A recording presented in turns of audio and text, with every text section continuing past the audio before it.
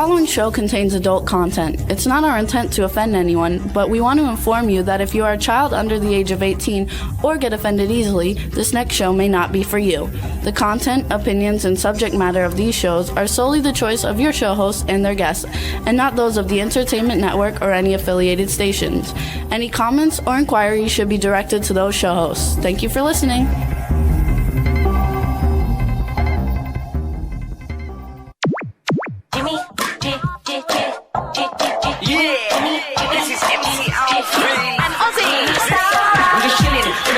Sitting down and designing, why every man in thinking, what are we gonna be wearing? Yo, I'm a Liverpool MC, you can't test me, big up the girls inside the party, let's get down to crazy Jimmy, big up myself and known as Alfie, the one and only, the Turkish MC. Always love the clothes of Jimmy. Bitch, I'm your what I wanna be, Jimmy Star's new celebrity. We'll take you out to Jimmy Star's. Hey ho, what's up everybody? Welcome to the Jimmy Star Show with Ron Russell. Hope everybody's doing good today. Ron's on his way in now and fixing the camera. So hope everybody's doing good. Happy Wednesday. Okay, here you go, Ron. What happened? I gotta go get my hearing aid. All right, they're in the kitchen. All right, everybody, we got a great show for you guys today. We had a little snafu hiccup that the link changed, and so I just had to get it to the guest. I'm hoping everything works out smooth with that because we use a service called StreamYard, and they did an update which made the old links invalid. So hopefully that's going to work itself out. But in the meantime, we have some really, really great guests today. We have Jeff Brockton coming on. You guys will know him. He's a stunt guy. He's been in all the biggest movies. And one of the things that I like a lot is that he was Ghostface in Scream 3. And I'm a big fan of all the Scream movies. And then for our second bunch of guests, we have Brian Austin Green and Nick Leisure coming on. Brian Austin Green, one of my all-time favorites, you guys. So I'm going to fan out a little bit. Beverly Hills 90210, one of my favorite shows. I met most of the people in the cast, so I'm super excited about it. So it should be a lot of fun. And let's see how it all goes. Hopefully we don't have any hiccups with all of it. Also want to say hi to everybody in the chat room. We have Cindy Lady Lakes in the chat room. We have Stefan from Medicateur. I know B. Claudia's not here yet, but I do want to thank her for doing some stuff for me. I have a new project I'm working on that she did a bunch of work for me, and so I want to thank her. Hopefully if she listens to this in the replay, she'll hear me thanking her. And we want to welcome our cool, outrageous man about town co-host, Mr. Ron Russell. Oh, I'm in no fucking mood. That's okay. You have to be in a mood. Did you ever have one of those days where you wake up and you go, oh, fuck? Yes. I mean, a bad hair day. I don't know what to do. I'm going to cut all my hair off. Actually, it looks nice. I look like an old man. No. Oh, too much work, baby. This is too much work. You know what? Sit up a little bit. There you go. Oh, you're directing it? Yes. When I was 20 years old, I got out of bed. I never combed my hair because it looked gorgeous. And I threw on a T-shirt and jeans and sneakers, and I went out. And I looked absolutely fabulous. Now, let me put my hearing aid in. There we go. Now, when I get up, if I did the same thing, I look like I escaped from a nursing home because it takes a lot of time. The older you get, the more time you need to look halfway decent. And you always look very handsome. Well, I try hard. Good. Well, you don't really have to try that hard because you just are handsome. Bullshit. I used to be good looking. You know, age takes away everything. It takes away your energy. It takes away your brain. It takes away your penis. Not me, but most people. It takes away all that shit. Okay, on with get rid of the negative and let's go on to the positive. It's a great day. It's beautiful out. My tomatoes are growing. I planted marigolds around my tomatoes because that keeps bugs away. So the bugs won't eat holes in my tomatoes. That's a bit of information. Yeah, guys, we have really nice tomatoes growing in the backyard. We just planted them a couple weeks ago and they're like huge. Well, because the sun here is so powerful. You know, it says 6 hours of sun. You get 2 hours here. It's like 12 hours. Anyhow, what's new? Pussycat? Lots of news. So after the show, Ron and I are going to go meet Hugh McPherson. No, I'm not going. You go. It's business. I'm going to meet Hugh McPherson, you guys, and from My Porn Star Wife. It's another movie that we're working on that Ron's going to be in. It's going to be a lot of fun, and he's driving through Palm Springs to LA for a meeting for the film. And so I'm going to go actually meet him. I mean, I see him on Zoom calls and stuff all the time, but this way we'll actually get to meet, so it should be a lot of fun. And then... Where does he live? Queens, right? No, he lives in... Long Island. No, Ohio. Ohio. I think. Cleveland, I think. Ohio, I think. But anyway, it should be a lot of fun. We got people in the chat room. Hey, Cindy Lady Lake is in there, and Stefan is in there, and your hair looks good. Look the fuck up. No, it looks good. I'm going to buzz it all off. Then you'll be sorry. Of course I will. But at least I won't have to worry about combing it. At least for a little while, huh? I think it's fun. So you guys, you can listen to the Jimmy Star Show every week. We're on Libsyn, Apple Podcasts, iHeartRadio, SoundCloud, iTunes, Spotify, Amazon Music, Google Podcasts, and YouTube. We want to thank. We're also on about 150 other platforms, but we want to thank everybody for tuning in every week. We're past our, I think, our 18th year now on I wrote on Facebook 14 years. No, because I've been with you almost 14 years, and I was on there for a couple of years before you. Wow. Oh, So- when the show was crappy. Back then, you guys, we didn't even have the name podcast. Nobody knew what a podcast was. It was just a flat-out radio show. It was just considered a radio. Now it's podcast, television, radio. It's everything. And that was Astro. Anybody missing who wanted to know who that was, who was just there. So it's a lot of fun. And Yes, when I came on board, I said to Jimmy, I'm an actor. And radio doesn't work for me because, I express myself with mannerisms. That's part of acting. Radio, nobody sees you, so you don't care what you do. And you sound flat because you're not acting. I said, we have to be television. He said, no. We were driving in the car and we had such a fight at a full stop sign. I opened the door and I got out of the car and I slammed it and I walked away. And I said, it's over. Goodbye. It was nice knowing you. And Jimmy got all upset. And he said, okay, we'll see. We'll do it your way. We'll see. And soon after we did it our way, which is like we do it now, everybody started to do it. They all we did it first. We, meaning W4CY. Dean is way ahead of everybody and everything that he does. We were ahead of the curve. Anyway, it worked. And now is it 18 years? My God, it has gone so quickly. I bet you if I looked at one of the earlier ones, I wouldn't believe what you and I look like. We probably look like kids. Our very first guest was Who?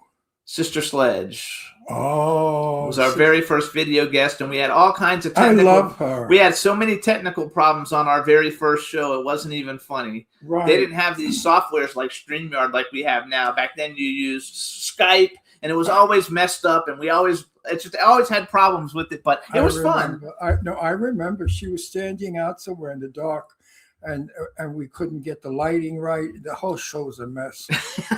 It was our first one. Hey, but we love her, so she understood. She's a sweetheart of a person. I love her very much. 1.2 billion streams later, we're still here. So, Yep. so it makes it a lot of fun, and so we want to thank everybody. You know what? I think there are spies on Facebook because my TV show is called Set the Record Straight, and now that news commentator on every night on whatever channel it is, he always says, "Let's set the record straight. Let's set the record straight." Also, I did the first picture of me as a mobster that shoots guns, and then suddenly a week later, everybody was doing something that was animated, that was moving. AI moving. AI moving. And it seems that, people are really out. If people like it, they copy it, which is okay because nobody has the rights to it anyway. But it's nice to be a pace setter. Pace setter? Yeah. Yes. Pace setter. Or trendsetter. Trendsetter. Fashion-wise, I'm a trendsetter because a lot of people have come up to me and said, Ron, I give you credit for dressing the way you do at your age. And I thought that was kind of like an insult. What do you mean, my age? They said, you dress so happy.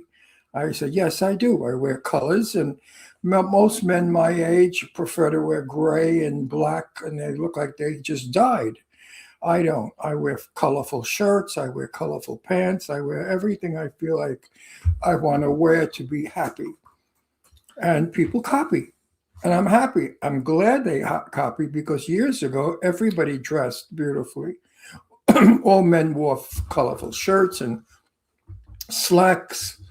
Nowadays, they all look like homeless people. They love that homeless look, ripped jeans, torn clothes, a beard, and that wool hat pulled over their head. They look like they just rolled out of a garbage can. Anyway. Keep talking for a second. I forgot to plug something in. Oh, plug it in, baby. Plug it in. But, you know, it's a shame that the fashion people have decided to make fashion go to the street, to be homeless looking. I mean, Marilyn Monroe, Jane Russell, Rita Hayworth, those beautiful women knew how to dress. And also Tyrone Power and Clark Gable and Rock Hudson, they knew how to dress. They were men. They looked like men. They acted like men. Today, people my age act like boys. They dress like boys. I mean, I can't believe some of these grandfathers dress like their grandsons. They dress, what is it called, homeboy? I guess. They dress. I mean, you're 80 years old and you're wearing the pants hanging, the shorts hanging down with the basketball sneakers. I mean, and a T-shirt that says "fuck you," and you're 80. Are you out of your minds? I mean, you think that's cute? You think that's in? You think that's sharp? That's retarded. That makes you look like a senile old man that found rags in a bag and put them on. Anyhow, guess who's in the chat room? Who's in the chat room? Goddess. Say hi to Goddess. Get out of here. I'm not saying hello to her anymore. I'm so mad at her. I am so mad at you, Goddess. You disappear. You're coming in and out of our lives. She's had some tragedy, but I don't think we don't want to mention terrible things, so we just wish you all the best. Did you get married? Did you find a man yet? She got married and her husband passed away. Oh, no way. You killed him? And so did her father and so did her mother. In the last year, all three of them died. So it's so sad. We're sending you prayers and Goddess, and we love you to death. So Goddess, that's so life. We're sending you hugs. But that's life. We all know it. When we come into the world, we soon learn that we will go out of the world. And it happens to all of us. Every one of us on this planet has had tragedy. We've all lost loved ones. And all I could say to you is it gets better. You know, when I lost but anyway. It was terrible. Losing someone is a gray veil comes down over you. But as time goes on, you can actually see the veil lifting and the sun coming through. So it gets better, my love. But thank you for coming in again. Go ahead, talk for one more second. We're going to bring on our first guest. Life doesn't end. I believe life begins again somewhere else. If not, what a fucking waste of time. I mean, why would the Creator make us, put us here, put us through tragedy? We have to eat, shit, sleep, shave, all that garbage we have to do to stay alive, and then die, and then there's nothing? There has to be a reward for living. So I believe that people that die do have another existence. What it is, I have no idea. And I'm not going to procrastinate and say it's God, Jesus, or hell, or whatever. That's all man-made shit. But whatever the after is, it has to be good. It has to be rewarding. So just think of your family and your loved ones as being rewarded now. And it's a safe place, a happy place. And there's no longer any pain or suffering or worrying. So, yes. Let's bring on our first guest. I'm super excited. Our first guest. All right, let's bring him on. Hello, all. Hello. How are you? I'm great. How are you guys doing? We're terrific. I'm glad I can hear you. I'm glad you got our link at the last second. It made me excited. So now that we can hear you. Are you married? I'm not married, no. I have a girlfriend. You're not. Oh, hang on. I have the most beautiful daughter. No, I'm not lying. He thinks you're handsome or he wouldn't be saying that. Right. Thank you. She was second runner-up in Miss America. She looks like Michelle Pfeiffer or Grace Kelly, and she's as elegant as they are. She's a green-eyed blonde beauty who is not married because she's not like the women of today. She doesn't whore around. She doesn't have tattoos. She doesn't do drugs. She's very much prim and proper of the olden days, yet she's not a square. Where do you live, Peter? Well, I'm in Louisiana. I'm in Mandeville, Louisiana. I'm on the north shore of the lake, not New Orleans, but I'm on the upside of Are you Pontchartrain. straight or gay? I'm straight. Oh, would you Anyway, like? we have to Wait, introduce shut her. up, shut up. Would you like- she lives in Pennsylvania. She has an antique business. Let's talk. Anyway, now we If you want to. saw her, believe me, you'd want to date her. Oh, So hold on, thank we're you, gonna do thank an you. intro. We're gonna do an intro. All right, everybody. Okay. I'm super excited. Now we want to welcome to the Jimmy Star Show with Ron Russell, stunt coordinator, actor, stuntman, cinematographer, Jeff Brockton. Hello and welcome to the show. Hello, everybody. How are y'all doing? Thank you so much for having me. I'm super excited. This is my cool, outrageous man about town co-host, Mr. Ron Russell. Hello, Ron. How did a good-looking guy like you get away with it for so many years? Well, I've been behind the mask. That's the whole thing. I've enjoyed doubling people as opposed to being in front of the camera so much. I do a little acting, but overall, I've been doing stunt work for about 35 years. But you don't really like being single. Oh, I have a girlfriend. Okay, so he's not married. He's got a girlfriend. Yes.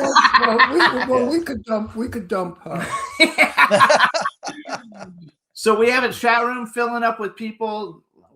One of the people in the chat room wrote, "Does everybody understand that they're talking about how hot you are?" So just say hi to the chat room. Hi, chat room. Thank you so much. I appreciate y'all. So you guys, I saw Jeff on Instagram. You know, we're always looking for cool guests, and he's got so many credits. And we know a bunch of stunt people. I want to see if you know any of them. Sure. But before we do any of that, one of your credits that you were the action coordinator on was called The Madness of David Judge. And I'm a publicist as my everyday job. And that was one of my clients. Mike Mayhall's a good friend of mine. And Mike Mayhall's a very close friend of mine. He is the coolest guy on the planet. He's a wonderful guy. It's a great series, you guys. It's on Tubi, the Madness of David Judge. So what does an action coordinator do? You like tell everybody what to do? Like have them slow down or something? Yes and no. I can't be a stunt coordinator on a non-union show. Right. It was a non-union show when it was set up originally. Maybe going union, and that's how I got into it actually with Mike. I've known Mike for many, many years. We've been very close friends. And great director, great writer, but great friend in general. Just a wonderful guy. And he called me up and said, "Hey, I've got some stunts to be done. I'm going to be flying a guy that I have to lift off the ground. I have to do a couple different things. Would you be able to help me out?"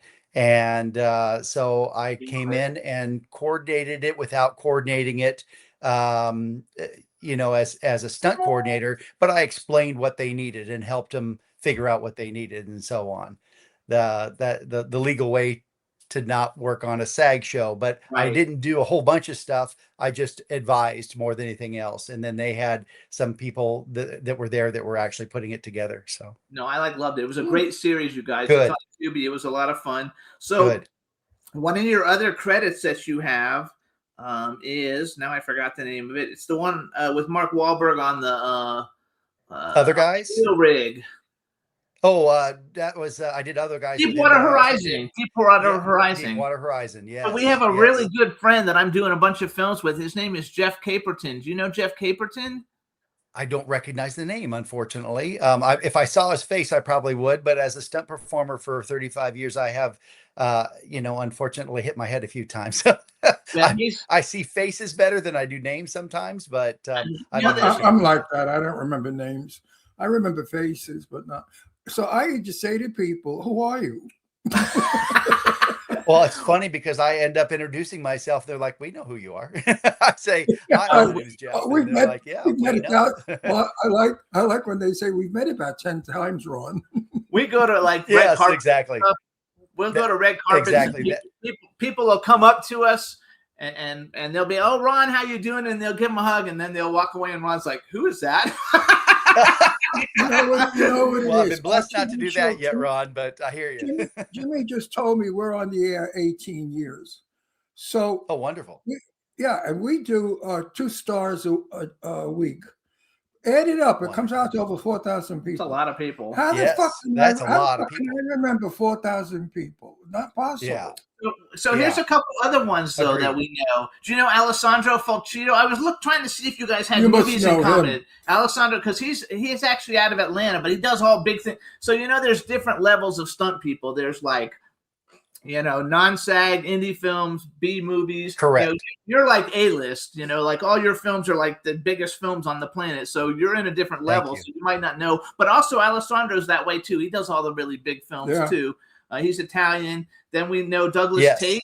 Douglas Tate. Oh, You know yes. Douglas Tate? Oh, yes. Okay. Yeah. Am I The doing a man, film he's on- in masks all the time. Yes. Oh, yes. Doug Jones. We love Doug Doug Jones. Yeah. Love him. And He's then a we have great another guy. friend, Mark Baca Anthony, who's done a bunch of small films, but recently he's doing big films. He did Minecraft and Accountant great. 2 and stuff yeah. like that. But I didn't love know The Doug- Accountant. That's Doug Jones The Accountant, did, Accountant 2 are films I really enjoyed. yes, I didn't like the Yeah. second one as much as the first one. But I But- didn't know that Doug Jones did stunts. Well, he's kind of like he's not really a stunt guy, but he's kind of a stunt guy because he wears suits like he does. He does costume One of work. the character, he's like the character yeah. actor. Yeah, but I would never call him a stunt person. I'd call him an actor before a stunt person. He's kind of both. Yeah.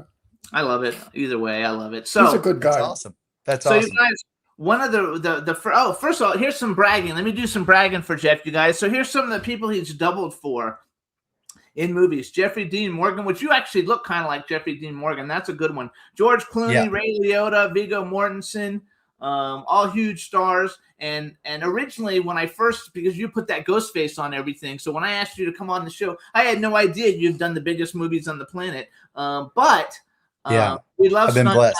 on the show. But you guys, the reason I originally brought him on is because he's Ghostface in Scream 3. And I actually just watched it the other day, knowing that you were coming on. I've seen it a million times because Scream's one of my favorite franchises. And so he's Ghostface in Scream 3, you guys. And since Scream 7 just came out, have you seen it? I still haven't. I actually worked the weekend it came out.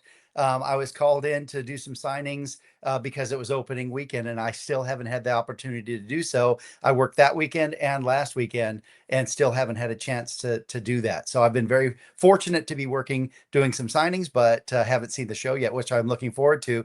A very, very talented stunt coordinator, Jennifer Badger, up in Atlanta, was the one that got to stunt coordinate that. So slow it down, Jeff. Go back. Oh, okay. Back it Very up good. a couple of sentences because you rambled. okay. Slow down because you know what? We have a lot of old people, not elderly people, who watch our show, and they keep writing me like we can't hear them or they talk too fast. Okay. I'm happy to slow it down. No problem. Okay, so and repeat what I you didn't said. get to work on this. I didn't get to see the show yet. I was working those weekends, but I look forward to watching it. A friend of mine, a good, talented, wonderful, talented coordinator, Jennifer Badger, was the stunt coordinator on that show. And we spoke before 7 came out. And I was maybe hoping to get a chance to be on it. They had already filled all those spots. But maybe the next one, we'll see. But I look forward to seeing it. So you're doing well and you're getting paid, I hope. I am fortunately getting paid. You I had wanted to your- show you this. This is fun. This is myself and Wes Craven Oh, what a great Actually- picture. Who? on Wes 3. Craven. Who's that? He's one of the biggest directors. He's passed He's- away now. He's Oh. he was the director for Scream 3, which is the movie he was in. Oh, Look how okay. young you are there. Yeah, well, In my head, it doesn't seem like Scream 3 was that long ago. No, 26 years ago.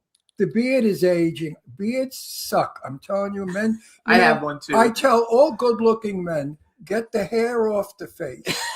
Because you only get one chance to go around to look good, to look handsome and Yeah. sexy. Beards put people in a different frame of mind. Okay, women Right. that see beards think of that beard rubbing against their boxes. Okay, and that's their fantasy. It's a man's bumper. But Well, what's so when what's you're so funny is shaving, my girl likes it. That's why it's on. So I like no, it. but wait, So. when you're clean shaven, you become angelic, you become romantic, you become like they want to get close to you. So I never put a beard on. No. Actually, do you know well, all it the definitely does. It does age you a little bit when you have a little bit Oh, it gray in makes your you look beard like and so Father on. Time. It But ages how- you. Father Time. But how long ago was Scream 3? How many years? Oh, 26 years ago. It was Oh, 2000. so Came out in Oh. February of that's a long 2000. time. Oh. That's a long Yeah. time. Yeah. Here. Yeah. That's sitting in a So, costume. so did you get to keep any of the original Scream masks? Unfortunately, no. By the time the stunt crew and the film crew from 1 and 2 went through the works and decided to, let's say, just be sticky fingers, that shut down. So by the time 3 came around, everything was marked. We got no masks, no costumes, no knives. None of that stuff was You available couldn't for us to steal take. them? No, he said they were You already couldn't- all stolen. They were all gone. Oh, I mean, Everybody else I took- would Well, have not that they were all gone, but they some things just disappear here and there all of a sudden. Yes. And when they found out that was happening later on by 3, they pretty much locked that all down. So costumes knew exactly how many costumes and masks, props knew exactly how many knives and so on. So they pretty much shut that down. So Well, unfortunately, knife no, I would didn't be get to good. get anything. You can get a lot of money for a knife. No, I if just it's, so I collect movie memorabilia and action figures. And so I just love all that kind of stuff. And I see the Scream Yeah. mask in the back, which I have a Scream Yeah. mask kind of like that signed by Skeet Ulrich, who was on our show actually. We've Skeet had is Skeet great. Ulrich, Yeah. so he's great. You Awesome. have to do what Awesome. Sarah Jessica Parker does. Jessica Parker does. Yeah. In her contract states she keeps all the clothes she wears. Yes. No, I'm not Well, lying. No, I've heard that. Charlie Sheen does that. There's In her quite a few actors that contract, it actually do says that. she keeps Yeah, but as all a the stunt costume. performer, I don't really have that option. Unfortunately, I'm not one of Why the not? main Start actors. it. You could start it. Well, Say, listen, I would He love wants to make That'd sure he be gets great. employed. no, say Yes. I'll play that part if I'm allowed to keep the mask, you stupid fucks. Well, then they might go, well, we'll find somebody else. I mean, but hopefully they don't, of course. Hopefully they don't. So I love your They're thought that- process, Ron. That's great. They're that shallow that they would do that. I don't believe It's not shallow. Yes, I've actually lost. I've lost jobs based on my hair being too long, and I'm like, you can cut your hair. That's not a problem. Cut my hair then. I mean, there's just different reasons for different things. That it's a very, very strange situation you have to deal with sometimes as a stunt performer. No, you're right. But Your guns. you know, I yeah. turn down parts because they want to put blood on me, and blood, if it goes in my hair, makes my hair pink. So, and you can't get the shit out. So I tell them, it takes a no. bit. Yeah. I turn down parts because of that. I said, "Is any blood going to be on me?" They say, "Yes." I say, "I'm not interested." Oh wow. Yeah. No, I I'm lay in amateur. blood all the Listen, time. I'm 85 years old. You think I care about a career? You don't look 85. Come on. yeah, he'd be about to be 86. I care about staying alive. Fuck the career. I loved the conversation you were having earlier about clothing. I was with George Clooney, doubling him, and they almost opened a new hotel. They were talking about opening a hotel in Las Vegas that was brought back the old days, every 1920s, and just to get in the door, you had to be dressed up in your suit and Yes. tie and tuxedo for would dinner love and things that. like I that. love that. I thought that was pretty am awesome. I am a great believer and fighter for getting men to look like men again. Men have become boys, which is disgusting because Rock Hudson, who I knew, was gay. And Yes. he hid it so well. But in private, when I was with him those few occasions, he let his hair down and he became effeminate, a gay Yeah. guy. So he was able to project what a man. You're a man. I like you because you're manly. You're Thank not you. No, you're not a boy. You're a man. No. No, Appreciate it. Did you ever see some of these jerks on the set? They're 100 years old and they're wearing shorts with basketball sneakers and T-shirts. And what the? That's their Yeah. kids, their grandchildren's clothes. Are they stupid or what? Yeah. And Yeah. they think they're cool. And they have the nerve to order me around Just to give you a little. or to tell me what they think. I tell them to go fuck themselves because I don't give a shit. I was thrown off a set already, so I don't care.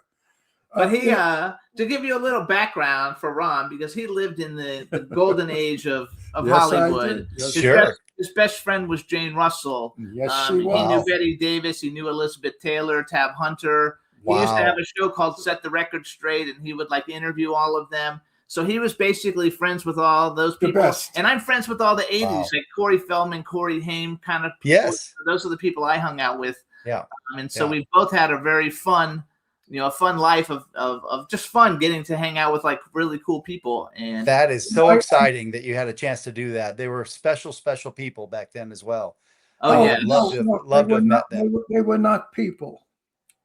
They were not humans. No, they weren't. They were not humans. Only because they never were off. They were on all the time. I don't mean Yeah. on in a theatrical way. I mean they worried about their lipstick, their hair. The men worried about their trousers, their shoes.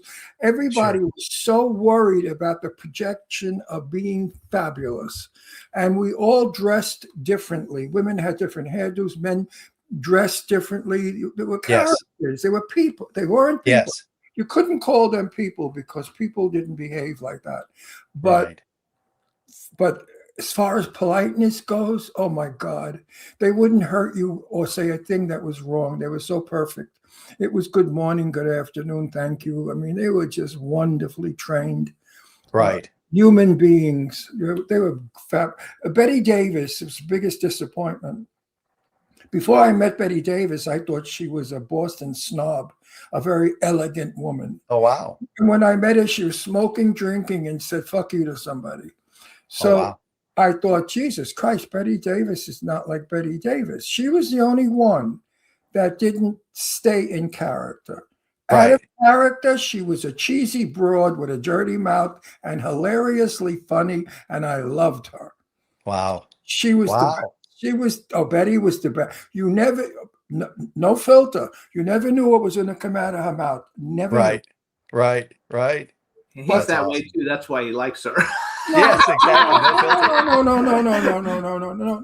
I'm a Gemini. All Geminis. No Gemini has a filter. So wait, I want to brag a little. What are you, Jeff? I was born October 31st, 1967. I'm a Scorpio. I'm a Libra. I'm Oh, October 15th. Scorpio. I'm a Halloween baby. Hey, girlfriend, be careful. He's a Scorpio. They smile. They tell you they love you as they're stabbing you in the back. No. No. Oh, girlfriend, be careful of this one. Even though he's cute, don't let the cuteness get you. So I want to go back. So first of all, do you like horror movies? I mean, you have a few horror movies, but mostly you don't have that many horror movies as an overall, body of work that you've worked on. I do like horror movies, but again, when I started doing stunt work, it's not that I pick and choose what I'm working on many times. It's who I'm doubling. So for the years that I've been doing this, just been fortunate to be able to double some wonderful, wonderful people, starting way back on X-Files. And I actually was an actor on Cheers and Wings and different shows like that also. What actor on? Cheers and Wings. Cheers. That's Yes. with Ted Danson. Who? Ted Danson. Everybody Knows Your Name, the bar Yeah. back then, and things like that. And then started working and worked on a show called Blade, which is a horror film, of course, with Wesley Snipes. And I doubled Chris Christopherson, Whistler character. Oh my God, he was my favorite character. Yeah, and I got a chance to double him throughout that show, and he's a wonderful, wonderful guy. And I got to meet a very, amazingly enough, he invited me to his trailer, said, let's have a little lunch. I'm in full costume with the beard and everything. And knock at the door happens, and I go answer the door for him, and it's Willie Nelson. And he goes, Chris, and I go, nope, he's in there. So he walks in, and I end up having lunch while they played a little music for me in their trailer. I thought it was pretty cool. I love it. So you guys, let's brag a little bit. Here's some of the stuff that Jeff has worked on, and these are so huge, it's not even like funny. We'll start off with the newest one, since it's up for a bunch of Academy Awards. Sinners, you guys. He also was in a movie called Osiris, and he was a stunt double for Jeremy London, and I'm only bringing that on because Jeremy London's been on our show. And wonderful. I interviewed Jeremy London when he was getting engaged to his girlfriend. Did he ever marry her? I don't know. We didn't ask Did him he- that. did he- Hang on, let me finish. Keep I going. don't- I don't know. Did you know that? I don't actually know. So you guys, 2 Christmases ago, there was the movie Carry On with Taron Egerton and Jason Bateman. It was a great movie. He's in the new Roadhouse with Jake Gyllenhaal and Conor McGregor. Beautiful Creatures with Jeremy Irons. I love that movie. I That was love a great Jeremy movie. Irons. Oh, he's Thank such an you. actor. Five Nights What at an Freddy's. Five Nights at Freddy's, Wild Hogs, Renfield. Do you know Caroline Williams? Because she was in Renfield, and I saw you were also in Hatchet 3. You know, I was in both. In Caroline, I think I remember, and yeah, we had a great time filming on that shows, Yeah, on both she's those shows. cool. She's a great person. She's one of our She's a friends. friend of ours.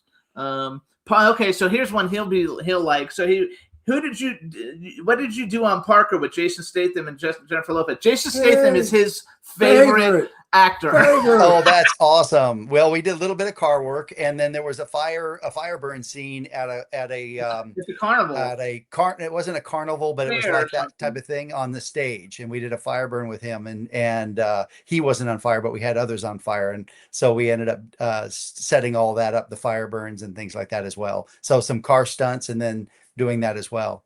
Did you get to actually meet Jason Statham? Because he Yes. loves Jason Oh, Statham. I have to meet him, because when Yeah. I meet him, I'm Yeah, going to he's say, a how do you very, have very the, nice guy. how do you have the audacity to get away with beating up 25 guys all at once? I mean, that's what I love about him. I would love to watch him Yeah. fighting 50 guys. He doesn't Yeah. have a scratch. One punch, they're all knocked out. You know, Right. He doesn't like a lot of today's movies, but No. he loves Jason Statham. love So him. he'll watch every Jason I Statham. think, Oh, I that's think great. his character is so cool, because he Yeah. doesn't make faces, he doesn't speak, he just stands there and he has authority. And I Yes. just think that's brilliant when an actor can scare you or frighten you or keep you at bay with doing nothing. He's got a great 1,000-yard stare. Yes. He's That he can wonderful. do He's as an wonderful. actor. Why he came up from nothing. Yeah, he's got a great Nothing look for that.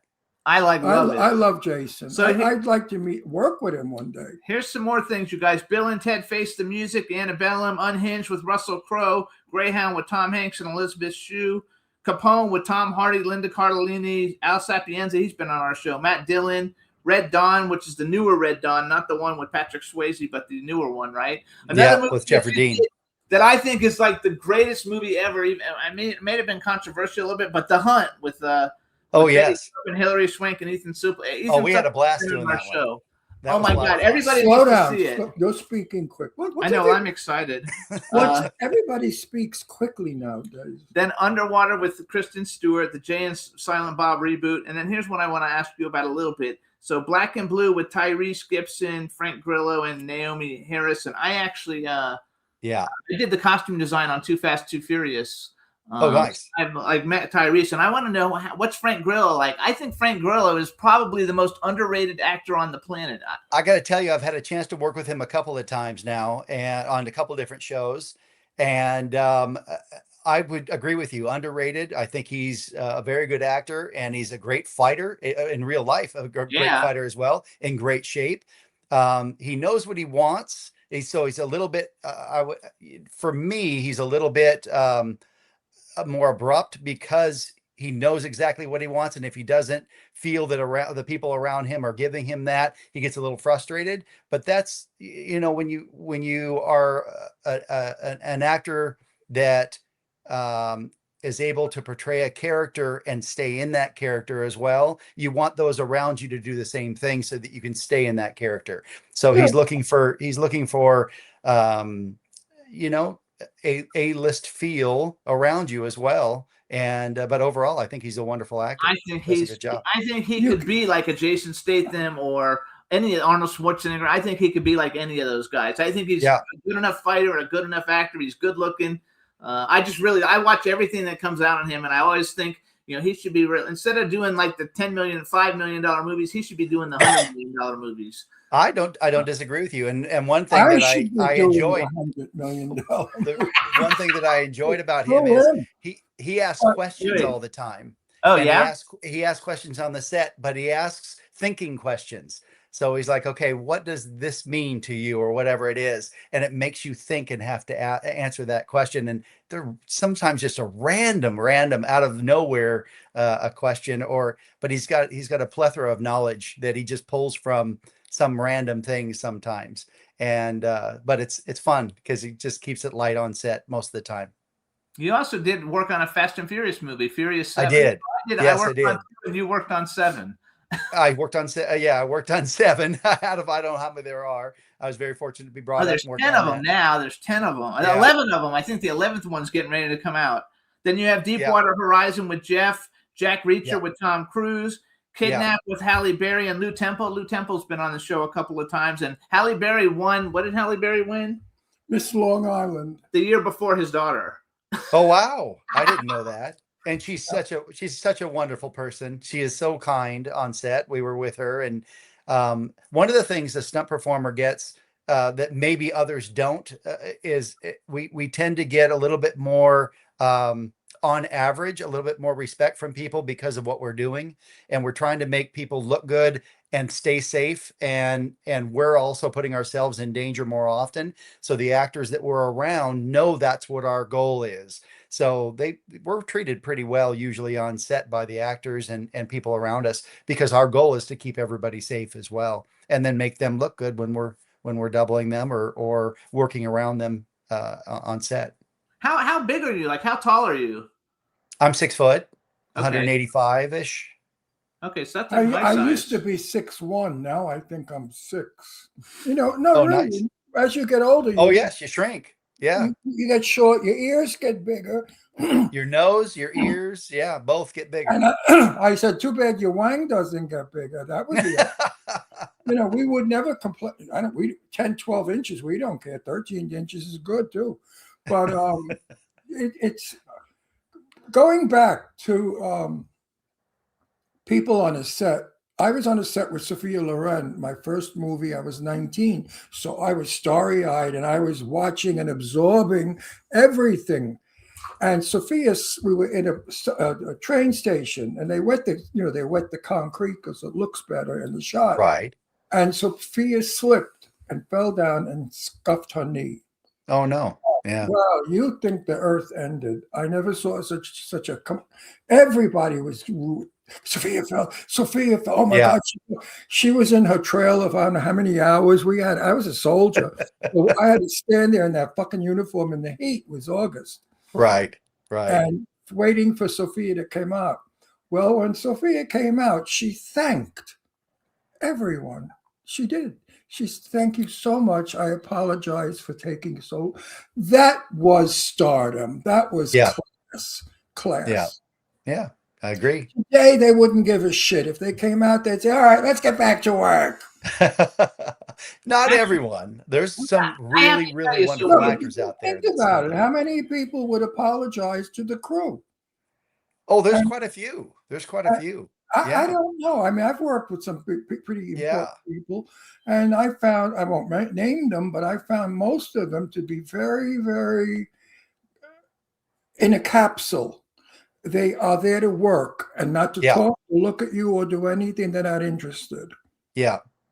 I got to tell you, I was very blessed with quite a few different actors that have been very cordial and kind on the set most of the time, if not all of the time. Jeffrey Dean happened to be one of them. Jeffrey Dean Morgan, on many of the shows I worked with him, smiles, happy to be there, fortunate to be there. We're actually the same age, same height, same everything. He's 2 inches taller actually than I am. I wear lifts for his stunts, but he's just a very, very kind person. I mean, brings his parents on the set, very, very open to people around him, and a loving guy. So, and George, similar idea. There's a lot of different men that I've been around, that I've doubled, that are very, very kind people.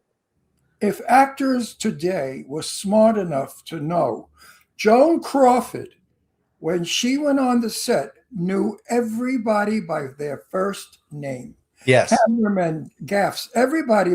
And she greeted them in the morning. "Good morning, John. Good morning." She was smart because they loved her, and they made her lighting good, her sound. They went a little bit extra to make her. But not these stars of today. They go on the set and they say, "Oh, that fucking light's wrong." Sometimes You know, you get those. the Yes. lighting guy gets insulted because you've just Yeah. humiliated him in front of the crew. Yeah. Sometimes that does happen, unfortunately. Well, But Lainey, yeah. Lainey Kazan. Yeah. I've worked with Lainey. She goes on the set. That light's wrong. This is wrong. That she directs it. She's crazy. Yeah. She's a friend, so she knows Oh, he she's says my that. she's Yes. my no, she's a good friend of mine, so I'm allowed to say that. I've told her to her face. But you know, you can't do that. I want to Yeah. go back to Jeffrey Dean Morgan for a minute. Like, I think Sure. to me, he's kind of like a Frank Grillo. He's Yeah. another one who's had great success, but I feel like he should really be like the next level, like up from where he is. I actually have Yes. a movie that I'm doing, and that we have him on our like wish list once I get funding, for him to be in it. Him and his wife, actually, we were going to trying to put in it. Sure. And, but he's a great talent. So let me brag. I got a few Very more. much so. First of all, you guys. So I'm mentioning all these great things that Jeff's in. I only picked out about half of his resume. I picked out the things that everybody will know. He's got so much stuff, it's not even funny. But he's also got Dawn of the Planet of the Apes, Happy Death Day to You, Green Book. That's an Academy Award movie, I believe. Yes. Double 20 Vigo on that. Yes. Yeah, 22 Jump Street, Blockers, Game Night. Those are all 22 comedies. Jump Street. Geostorm. I don't know if I said American Ultra, Get Hard. So he's got a bunch of comedies. So what? Where the Crawdads Sing we filmed here. There's yeah. Ozark, one of my favorites, because Jason Bateman is one of my favorite people. He's incredible, and lots of fun shows for sure. So I've done about 230 shows that I've worked on over the years. I have not updated my IMDb recently, so I'm maybe around 205 or something on that. But it's not the number as much. I've just been so blessed with working with some wonderful, wonderful people, directors and actors across. Did you work during COVID? A little bit, yes. Actually, I worked on a couple shows during COVID as well. Being a stunt performer, they want social distancing, correct? Well, I'm in a scuba outfit with my scuba gear in the water, and from 30 feet away on a bridge, one of the COVID people said, "Hey, you need to wear a mask." Oh. I was like, "Are you freaking kidding me? I need to wear a mask. I'm nowhere near anybody. I've got my I've got a mask on." So literally, I just took my regulator, put it in my mouth, and let the air out and sank. I was like, "Are you? How stupid are they? How stupid are they? Oh, I was. That was a painful time. That was a painful time. So you're almost 60. You're 60.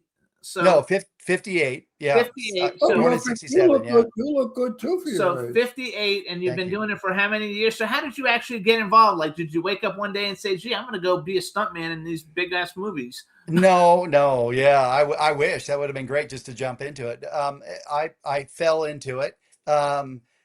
It's interesting. I did gymnastics and judo and eskrima and jujitsu, and I raced Formula Ford race cars and jet skis and downhill snow skiing. I was very, very active. 9 years of football, track and field in high school, wrestled in high school, all these different things. I went to Cal State Long Beach as a radio, television, film major, and my friends were Navy SEALs from Coronado. I was born in Hollywood, grew up in Orange County. So all my friends that I was hanging around and working out with and all that stuff, a lot of them were Navy SEALs and a lot of football players. And I did a little bit of security bodyguard work. I was Harry Hamlin's bodyguard for a little while with Renee, and when they were having a child for a group called Chameleon Group. So I had all these different things that I had done. And what ended up happening was I didn't know which direction I wanted to go exactly. So I went to a placement counselor at Cal State Long Beach. And she goes, "Well, you could teach, you can be a fireman or a policeman or whatever. I can see that you don't want to be in an office." And I said, "Yeah, that's not going to work." And she goes, "Well, have you thought about doing stunt work?"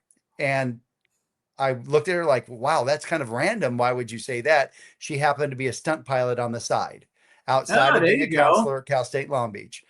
Within 3 weeks, I had my first job, and I never finished. I went to 4 years of college and had like 12 units left, or 15, Credits, yeah. no, 9 units left or something like that to graduate. And I was only probably 4 months away.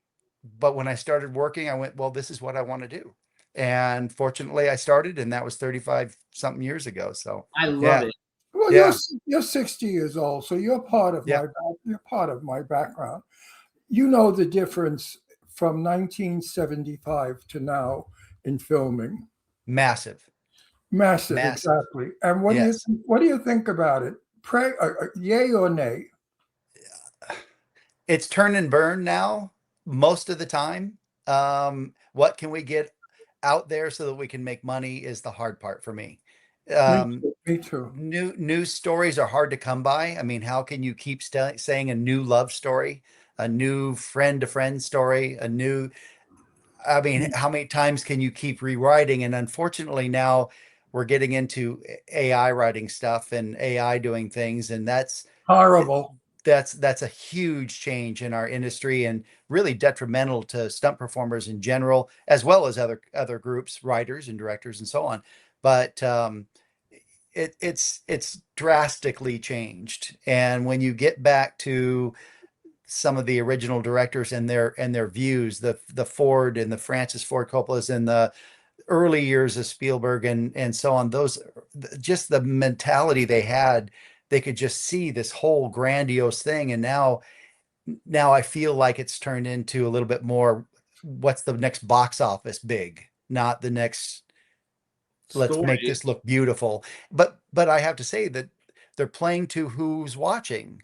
And today the scrolling is Yes. that's Why what they they're have playing to. verticals. That's why they made verticals, Yeah. because of that. And Yeah. I, Yeah, you sit longer now than an hour and 50 minutes, and people are walking out going, this is too long. So, you Today, don't have the big ones. today, right now, this very moment, Casablanca is still named the international film of the world. It's the most viewed film. The story is nothing. Bogart was wonderful. Bergman was fabulous. And so Sure. Claude Rains. I mean, the acting Oh, was wonderful. wonderful. Yeah. What made that movie beat Spielberg's films or anybody else's as far as today? If Casablanca came out today for the first time, the box office on that would have been blown nobody away. will see it. Better than Gone with Yeah. the Wind that they carried. They think Gone with the Wind was such a hot shot, which it really wasn't. We It's don't have the yeah. actors, the writers, or the directors that we had in my day. That's why film today stinks. I watch movies with Jimmy every night. With dinner, we watch somebody's film or whatever. Sure. And I tell the story. I see the film 5 minutes. I tell the whole plot. Yeah. I It's mean, we know you it. don't get very many of them. There's one I remember watching, some of the Agatha Christie ones that have been coming out, the newer ones, the Onion, I can't remember the name exactly. Knives Yeah, Out. not, yeah, those I enjoy those because I enjoy the storylines, even though I know the storylines because of the book itself and so on. But they have little twists and things. But there's different actors nowadays, yes, than it used to be. It just they're not the same for sure. But there's some phenomenal actors out there that I watch and Oh just, yes, Oh yes. you know, Michelle Dockery. Do you know who she is? I don't actually. I'm Oh, sorry. Dockery. she is the Betty Davis of today. Right. I watch her performances over and over and over. Yeah. She is Tell her who she is. incredible. So She not only does her lines beautifully, but her All facial right. movements. She tells a story with her face. She is a born act. Michelle Dockery, look her up. Work with her. Doherty. so Okay. English, she's she's Lady English. Mary in the Downton Abbey series. Oh yes. And then she Yeah. did the She played movie with Lady Mark Mary. Wahlberg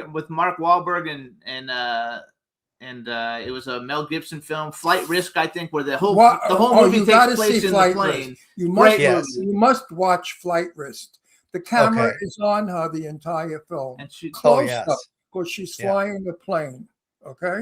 Yeah. What goes on, she was brilliant. I was exhausted after the film because she wore me out. She was so Yeah. brilliant. you know, when an actor gives you that kind of energy that you feel what they're doing. Yes. I felt like I was her in Right. every scene. She brilliant actress, brilliant. So wait, I want to go to something different real quick because we're going to run out of time soon.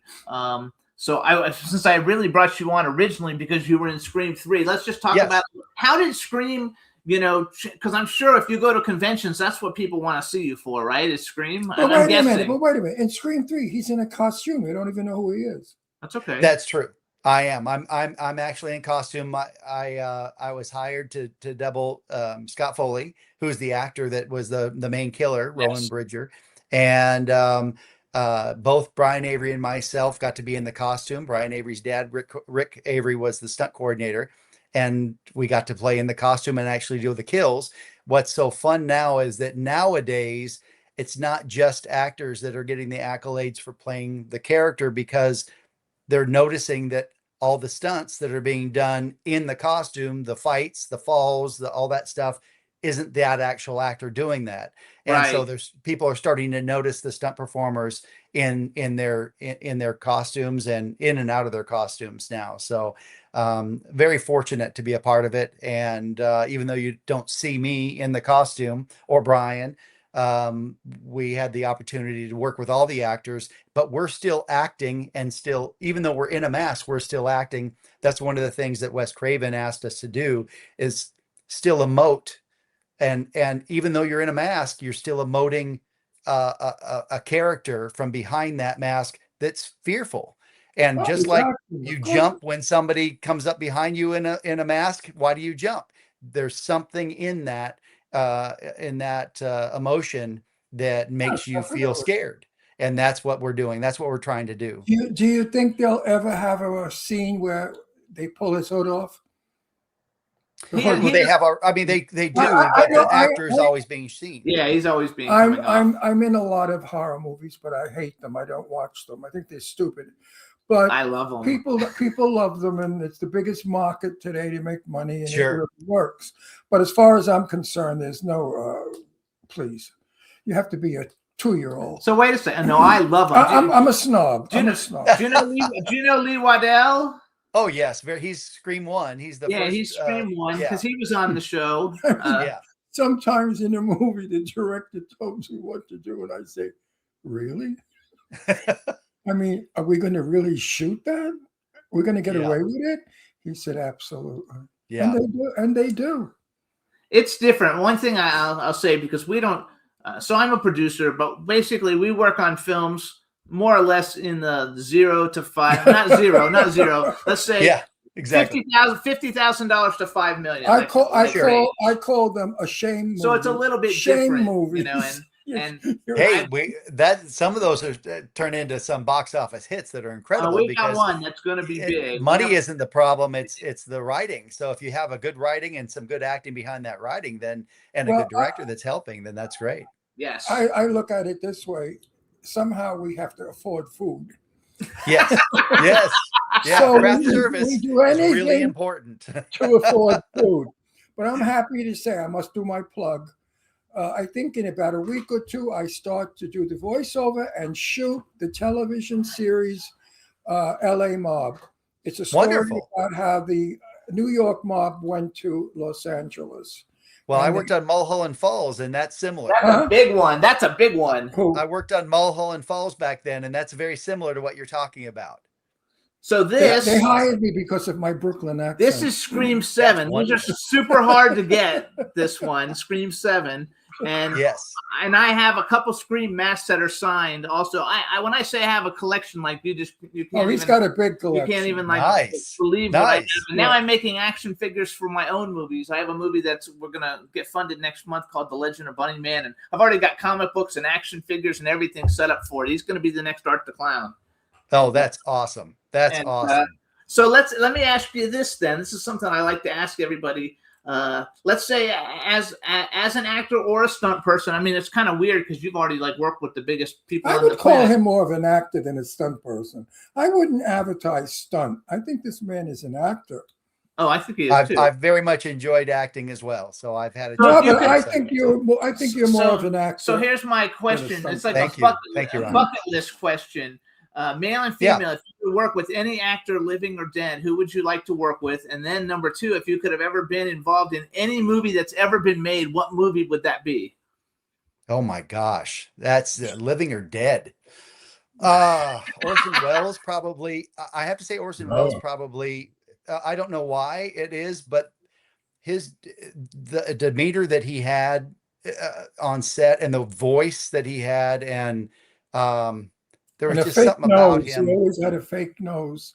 Did he really? I don't He know, had but in person. I saw him a few times with Rita at a party years ago in Beverly Hills. Many And- years ago. Yeah, but he wasn't married to this.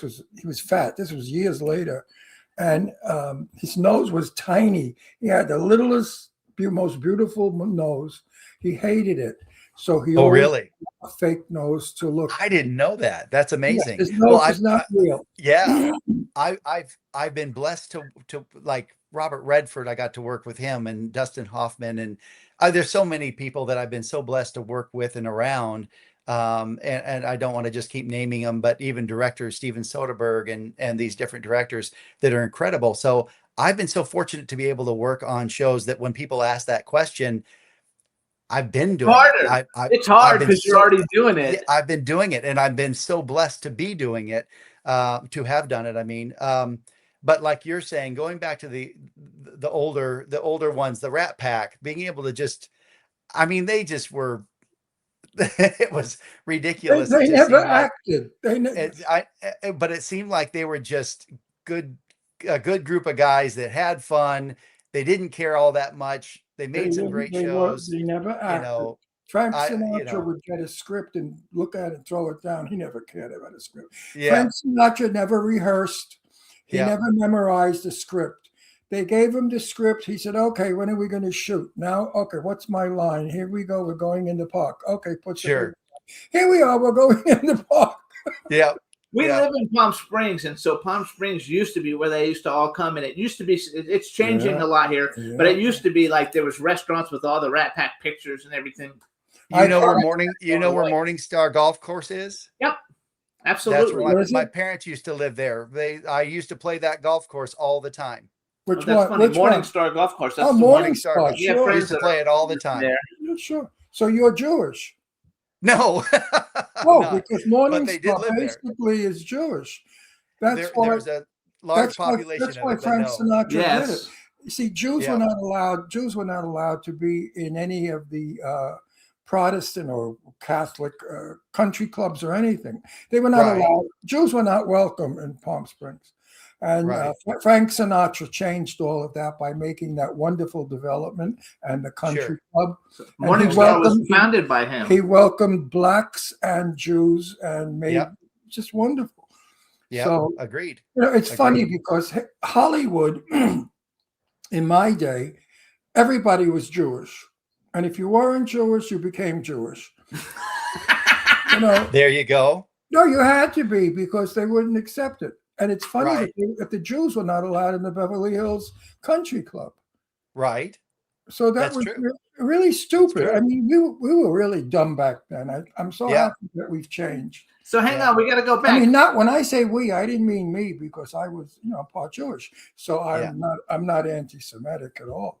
No, let's go back. So you have that. You gave us a guy, give us a girl, and give us a movie. Well, I wanted to say one more gentleman actually that Okay. really struck me, and he's current, Hugh Jackman. Fantastic. Good actor. I got a chance to work with him, and I have to say, not only is he to me one of the epitome of the kindest people on set, not just because he needs to show everybody that he's something. He just is. He just Love it. he's just a loving man, kind to everybody, wants everybody to make a good show, but it's not even about the show. He just is a great guy in general. And He's a great actor, kind of too. shout out to Hugh, because I got to tell you, he's made me laugh and cry and everything in his shows as well. And I truly think he is one of those A-star actors that's just ridiculously good, do and too. just a I good agree. person in general in his heart. That's what I saw in him, at least.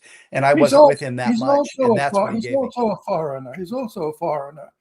I hate to say He it, is, but yeah. the American actors that are famous are full of themselves. They're nasty. They think who the hell they are. They're all doped up. They're stupid. European actors study their craft. They go Right. to Shakespeare. They are wonderful. I actually never thought. Miriam, what's her? Helen Mirren. Helen I never thought about Helen that. Mirren. But all the actors he likes they're Australian or British. They're all outside of the country. Because, Well, I listen, mean, Dustin I got- Hoffman was when I- ridiculous. Unbelievable, wonderful actor I got to work with as well, and he's as kind as you can be on set. Dustin Hoffman, Oh yeah, probably he's one good. I don't know anything. We don't about- know him, but I don't know anything about him. I think from he's great. Tootsie. Yeah, I mean, that's who Hero. he is. He knows who Oh, he Oh, is. I know who Yeah. Dustin is. We've never Yeah. met him. Wait, Wait, so give me I a just never come across. Give me a movie. Give me a movie then that you think would be fun. Oh man, the original Star Wars would have been fun to work on. Oh, absolutely. I think that would have been a fun one to work on. I remember that and Indiana Jones, the original Indiana Jones. I remember standing in line in Villa Park, California, around the block of our theater, waiting to get in, smelling the popcorn from outside. And once you get in to watch those two shows, it flipped me out as a kid. So I mean, He's a it was gentleman. amazing. He is a big gentleman. I was living in Manhattan at the time, New York City, and I was with my daughter, and my daughter was about 7, and they were shooting in front of a pet store, and he was there. And You're talking about Harrison Ford. Harrison Ford. And Harrison Ford, yes. My daughter and a few other children were looking at the dogs in the window before they shot. Well, some jerk came along and said, "Okay, kids, come on, move it, move it." And I said to the man who said that, I said, "Just 1 minute before I punch you in your fucking face." I said, "Don't you ever speak to my daughter that way again." Right. And he came over and he said to that man, "Apologize." And the guy, whoever it was, apologized. He said, "Let the kids enjoy the dogs. Sure. We'll hold a shoot." Yeah. And I looked at him, and that's what I said to him. I said, "You know what? I liked you as an actor, but now I love you. But now I love you as a human." Yeah. I said, "Thank you so much for being a gentleman." And he's another one. I mean, he I'm was saying gracious, again, very another one. gracious man. Yeah. Lovely Yeah. man. I love it. He's a superstar, but not in person. Correct. Agreed. So you guys, this is Jeff Brockton. His Instagram is at Jeff Brockton. It's super easy, and you spell Brockton Brockton. He's got so many great things going on. We need to get you, as the lead in something independent, that you don't have to wear a mask. I'd love to. That'd be great. Did you ever see the movie How to Marry a Millionaire with Loren Bacall? Oh, sure I did. Of course. Okay. It was the Brockman building. Oh, yes. No, but he's Brockton. I know. I'm just I get saying you. it was Yeah. the Brockton building. So there you Yes. go. Yeah, that's true. People that Well, know this I've know what we're enjoyed talking talking about. with you guys so much. Thank you so much Me for having too, me on me your too. show. This is awesome. Thank you so much. It's been great. Anytime you got anything new to promote, let us know, and I'm going to put you on my little list when I'm working on. I do a lot of FICOR stuff, but when I do some SAG stuff, I'm going to put you down on my list of people. Please that we do. can work with. So I would love it. So thank you so much for coming on the show. We wish you all the best. Thank you Jeff- so much, you guys. Jeff, Thank you, everybody. Jeff, you're a successful actor. Keep it up. Thank you very much. I appreciate you both. Right. And all the people Terrific. watching. Thanks so All much. right. Yes. It thank you. was a fun afternoon. It was a Thank fun you. All right, everybody. So we're going to have our next guest coming on soon. Oh, One of wait, our- I have to say something to the audience that's watching us. You see my nose, how swollen it is? It doesn't look like me. I look like Pinocchio. I was bitten by a bee while taking care of my tomatoes, a wasp or whatever it was. So my nose is all red and swollen, and I have makeup on it, but I look like I have a potato at the end of my nose. So let's go ahead and bring on our one of our second guests is here. So let's bring him on. I think. Hey, Nick, how you doing? Hey, what's going on, you guys? Oh, this is one tough bitch, I could tell. Yeah. Okay, we're going to have a hard time. This guy is rough and tough. So Nick, do we pronounce your last name Leisure, like leisure, or is it leisure? How did you do it? Leisure? Leisure. I Yep. love it. I told you he was going to be tough. I like love him. I did all kinds of research because actually a lot of people that are in movies that you've worked on, that are your movies, I shouldn't say you worked on because they're yours, have been on our show. In the past, we've had He Charlotte. doesn't. Well, how come I haven't been on this show? What's going on here? I know now you're on the show, and now we know who you are. But we've had Charlotte Kirk, Michael Copon. But wait a minute. If you don't play killers, He doesn't play. He's a director. oh, A you're writer, director, producer. You have such a killer face. I love it. No, really. If I were casting a mafia movie, I would definitely cast you in it. You look mean. You look tough. I am waiting for that call from you then. Hey, you never know. You're We're doing a probably- lot of stuff. You're probably a pussycat, I don't know. but you look rough, and you look like the guy that if you're walking in New York City in an alley, you don't want to walk by. Oh. How tall are you? How tall are you? 6'3". Yeah, he's Oh, a big yeah, fucking there you dude. go. You could scare the shit out of anybody. Where are you guys at? We're in Palm Springs. Oh, okay. We're in Palm Springs, but he's from New York and I'm from Florida. I'm from Brooklyn, not New York. Okay, Brooklyn. So you guys There's a out there difference- enjoying the there's a hot weather difference. or burying some bodies? What's going on? No, we're not burying any bodies, Yep. but he does do a lot of mob stuff. He's done a lot of Always. mob stuff. A lot of mob stuff. And he likes it. He's got a traditional Brooklyn accent, Yep. and so it kind of like works. And Yep. he's got a new one that's getting ready to happen. But so did you act also? I didn't really see too much. I didn't look for acting on your resume. I mean, I popped in a couple things here and there. I started my career that way, but I'm directing now, producing and directing. Yep. Yeah, and your shit's really good. What interests you in directing? I often wonder why people direct. I like telling stories. I like being able to wake up every day and tell a story and something that I had a thought in my mind and create it into a story and put it on the screen so it's there forever. So that's like a thing. Do you ever get frustrated where you want to smack the actors around? Yeah, once in a while. It's usually the smaller actors, the ones that nobody really knows about. Oh my God, that's funny that you said that because that's the way we have it. So our show, we've been on the air for 18 years. We've had thousands of guests. We've had everybody, a lot of really, great names and people in entertainment, both in music.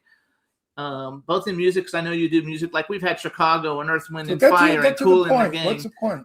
No, because the only guests that we ever have on that are like shitty are the ones that are like maybe they were on a reality show for 3 episodes and they have had 15 minutes of fame, and they're the ones. You get somebody who's a huge star who's been in hundreds of movies and they're super nice, and you get these nobody people, and they're the ones who always cause the problems. Yeah.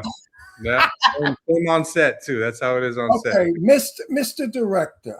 Mm-hmm. Answer me this question correctly, or Sure. honestly. All right. Pay to play people. Oh, he's not. You know who pay to play people are? Yeah. What's the They question? pay to be in a fucking movie. They are not actors. They have no idea what acting is, and yet they have the balls to want to be in a fucking movie so they could tell their stupid friends, "I'm in the movie." That's true. What do? I want to kill them. I have no. I have worked with a few. I haven't worked with them. I don't put actors in my movies that are shitty just because they have money. Well, I was. Good for you. I don't either. Good for you. I finished the movie. I won't talk about it because I don't want to hurt the movie. But I finished a movie where morons, assholes, and the most stupid fucking people on earth were hired. Mm. They were banging into each other. They didn't know what they were saying. They couldn't lift the rifle. I mean, it was a nightmare. If I had a scene with one, I'm a professional actor, 65 years. I know what I'm doing. I know my lines. I act. And I mean, it's like this. I'll give you an example. Over the mountain, that's where they are. And then the person's supposed to feed me a line and they say, "Oh, yes, over the mountain. That's where they are." Trying to do too much extra, huh? Huh? They're trying to do too much. Put some extra spicing on it, right? I mean, what is a director? Now, my question is, what does a director do with that shit? Well, the worst ones for me are the extras that are in the background that you tell them to sit there and have a conversation, and they always want to turn and look at the camera every Yes. time. Yes. Camera. Yes. So hang on one second. Hang on. Now we're gonna bring in. Oh, that ruins the scene. We're my gonna God. bring in the second half of the guest. Come on, and let's bring in Oh. Brian, please. Oh, Oh, there's two of them. Okay. I didn't know we were doing a three-way or a four-way. Anyway, oh, It's your favorite thing in the world, a three-way. Oh, I hey, got, what's up? we got a hot How's it one going? here. it's trouble Oh, now. shoot, hold on, my dogs are barking. That's okay. This one's a hot pepper. There we go. Very Yeah, trouble. first, let me introduce you guys to our audience now that everybody's here. So, everybody, now we want to welcome to the Jimmy Star Show with Ron Russell, actor, producer, director Brian Austin Green. You guys, everybody knows him, and writer, producer, director, and cinematographer Nick Leisure of Leisure Films. Hello, and welcome to the show, you guys. Hey, Hello. how's it How's going? it going? My cool, outrageous man about town co-host, Mr. Ron Russell. Hey guys, how you doing? What's up, Ron? How We are you? already spoke with Killer. He's great, by the way. He's great. So before we get started, I have to do my little fanboy thing real quick. I actually met you at the NAMM show at a concert, Brian. Did you really? Years ago. Yeah, a couple years ago. I have a partner. We're publicists, and she met you, and it was a highlight for me because I'm like a huge fan, and I don't geek out because we know everybody. But you are one of the people that I geek out over. So, number one, welcome to the show. Number But two, wait a minute. You don't remember meeting Eileen? he won't remember. Eileen? First of all, everybody wait, was trying Eileen- to attack him. I barely remember being at the NAMM show 2 But years wait a ago. minute. You're asking way too much of me. You would remember Eileen Okay, because she has the biggest tits in the world. fantastic. I mean, her tits are so big that her tits cross the street before she does. Okay. So you would remember Eileen, trust me. And they're real. They're My not turn. brags. They're real. What concert was it at the NAMM show? I don't. It was a NAMM show, and then there was a concert. I don't know, like my clients played one of the guys from Pink Floyd, and they did a show. It was like some kind of a bar. It was more than 2 years ago. I think it was like four. It was- Yeah, it was like 4 years ago or 5 years ago. That was at the Classic Car Museum. I remember that. Yes, at the My Classic buddy Car Stu and I Museum. were actually trying to figure out. We were like, "Hey, remember that one time we were in that weird like Classic Car Museum and we saw Led Zeppelin perform?" It was the whole Yes. thing was surreal because we were, you know, it was we had been smoking a little bit and drinking a little bit, and we're at a Classic Car show. You do narcotics? Oh, you can't be. You Oh, can't my be goodness, on how our dare show you. with narcotics. So the bands that were playing were clients of mine. That's why we were there. And Okay. So I want to tell you though, just as my little geek out. I Wait, met let you- me finish. Wait, I want to talk. I know you'll get to talk, but No, this, I met him too. Because I Jimmy Ron, stop You didn't fighting need right it. now. no, he didn't This meet is not you. becoming a Eileen and TV I host. did. Eileen, you didn't meet him. I don't think. Of course, if you were Because there- I was running around I was running around. I went up to him like 5 different times and got different anyway, pictures. it doesn't matter. Anyway, I don't normally geek out, but I have a playlist on my phone. It's got about 400 songs that are just like my favorite 400 songs of I'm 61, so of my life. Uh-huh. And so Yeah. You Send Me comes on all the time, like Hey, on you're it. kidding. And I actually really like it a lot. I thought it was so much fun. Unbelievable. My It's a favorite- really good. The original You Send Me. You're talking about the jazz one or the other no, one? the hip hop one. The hip hop. Yeah. Okay. All I right. didn't ever heard the Why, jazz why one are you yelling? because I'm excited. But I So we had yeah. two versions of the song. The one that is more like live band was actually the remix, but it was labeled as the original. Like they switched them around. But dude, that's amazing. That's I like I'm Love It. honored to hear that. Thank you. I also because I collect action figures. Wait a and I have a minute. big Now wait. stop. I have No, a big no, no, action no, no. figure collection. You have- So I have your Human Torch, from when No. you did. Do you? Yeah, I have a Okay. Human Torch from when you did that, and I don't know why you don't have a Beverly Hills 90210 because I've got all of those and they're all autographed and stuff. I have them all You've autographed. taken. Oh, are the you show- talking about the action figures? Because I don't want one. That's why. Oh. Thank God they never made one. Who I wants don't an know, they action should have. like? Make Who one. wants a weird like Barbie figure of themselves? It's strange. It's like it's not normal. That's not. I have some Funko Pops here at my house from Fantastic Four. They re-released these like 40th anniversary Funkos. So I've got those, which is cool because it's not me. it's so Right. weird to see like me as that As just you. doesn't seem natural or normal. I like that. Okay, Hulk, stop. Let's not go any. You've taken the show completely. That's okay. I'm Out getting of- fan. out of- We got time. No Yeah, one then knows. steer it back where hold it's supposed to be, Ron. Quiet, Take us quiet, there. quiet, quiet. Preach. Quiet. No one knows what this man does. We haven't Are you kidding me? established Everybody that. knows who he No, is. Nobody no, knows. no. It's true. Because I'm part of everybody, and I don't know. Okay, this is Okay. Brian There's a Austin bunch of Green old and Nick wait, Leisure. Shut the fuck up for a minute.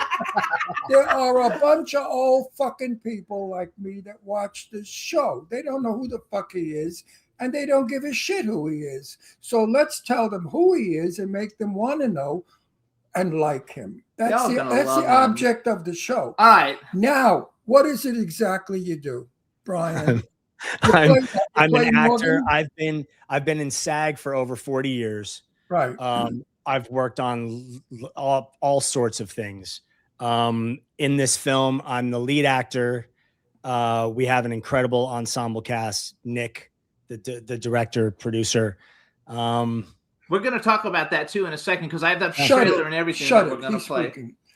He was listen. Here's so some of you Close guys. your Some of the things. Close your So lips. we've had Donna Mills on the show, and she was Yeah. he played Donna Mills' son I played Donna Mills' son on Knots Landing. on Knots Landing. You She's a guys, sweetheart. and a I half. love her. I love She's a her. Beverly sweetheart. Hills She's one of my favorite people in 90210. the world. Beverly Hills 90210, Terminator, the Sarah Chronicle Connors, Desperate Housewives, Chrome Skull, which is like the fucking awesomest, most coolest horror movie ever. That's cool. Cross was a great movie. He's got great things. And I didn't know that you were the voice of Rimfire from Biker Mice from Mars because you know now, Yeah. now they make action figures for that. Do they? I did one of them. So one of the guys that I was doing 90210 with was a regular voice on it. So he was like, "Hey, come do one." It's like, sure. So I would never consider that like a real credit for me. Okay, well then we also had Shanice on the show, and like back in the day, she did one of the songs on the soundtrack. So you're in her music video. I was in her music video. Yeah. I love it. So you guys, between Nick and Brian have worked on another film before called Last the Night. Yeah. Some of Nick's other films, I'll say it again now that Brian's on there. We have The Last Bride with Charlotte Kirk, A New Year's Absolution with Michael Copon, Last the Night with Brian Austin Green, A Clear Shot by Mara Van Peebles, which they've all been on the show, and which is really cool. And now they have a new film. It's called Golden. Yeah. Nick, why don't you tell us about the film a little bit? So it's loosely based on a true story about a guy who was approaching 50. He started, he was unhappy with his life. He started printing counterfeit money and taking it across the border and trading it for real currency in Mexico and then trying to live the life. In this film, we've taken it one step further, and we involved the mafia a little bit out there.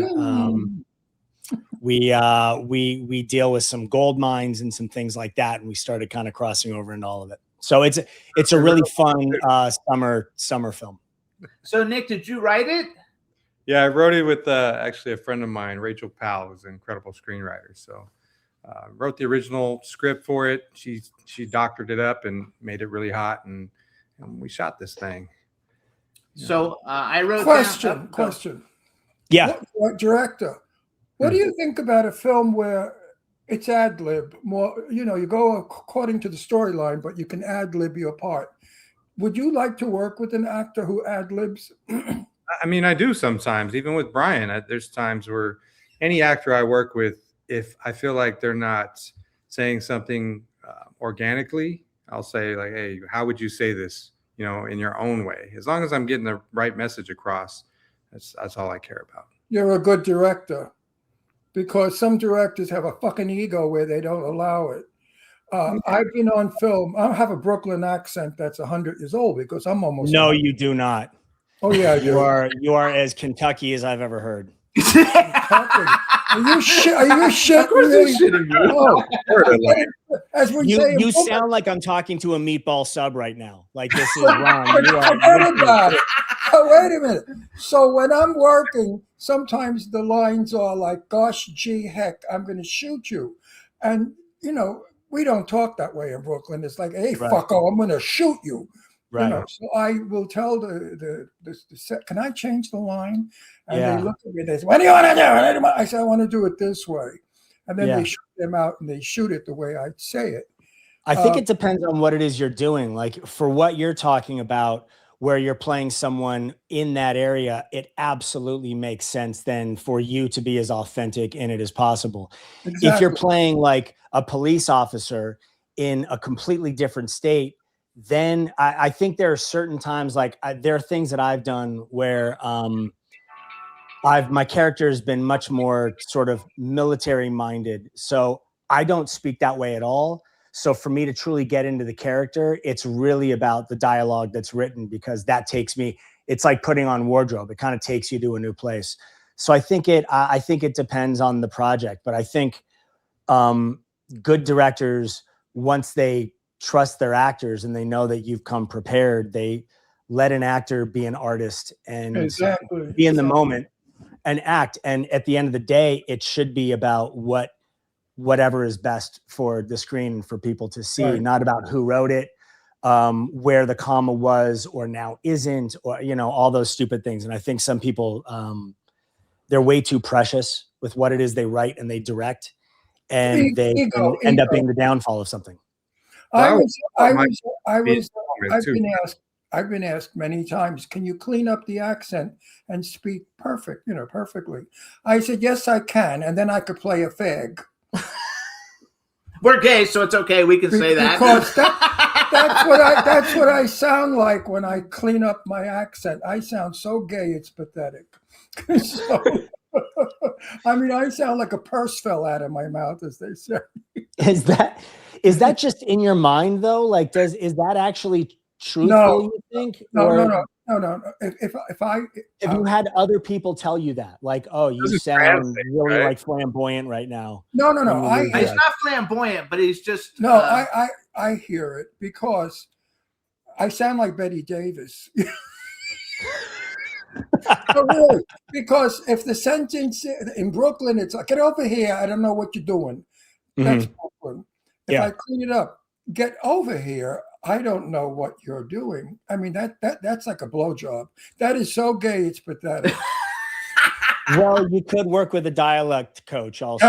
You work with a dialect coach. Yeah, a dialect coach, I think, could clean that up too, because you've crossed over into a completely different realm in straightening it up. Like, I think he basically only plays priests. He plays priests, cops, and gangsters. Gangsters, right? Okay. Most of his films, so that's how it goes. So let's go back to Gold. I wanted to ask Brian that question. How are you with accents? If I want you to play a Kentuckian or Southerner, I'm okay with accents. I would, depending on what the project is, I would work with someone to make sure that my accent is as authentic and then as understated as possible. Like I hate when I see somebody doing an accent and I can tell they're doing an accent. That drives me insane. My bullshit meter is really sensitive with that, and I fucking hate that. Get along. I hate people that go in and out of accents because they're not comfortable with it. That's the other thing that a director has to kill somebody from. When they do, get over here, I'm going to get a nice drink of water now. They do the accent for two lines, and then they go back to their own voice. The most pathetic thing is to hear women when they want to sound like they're from Brooklyn.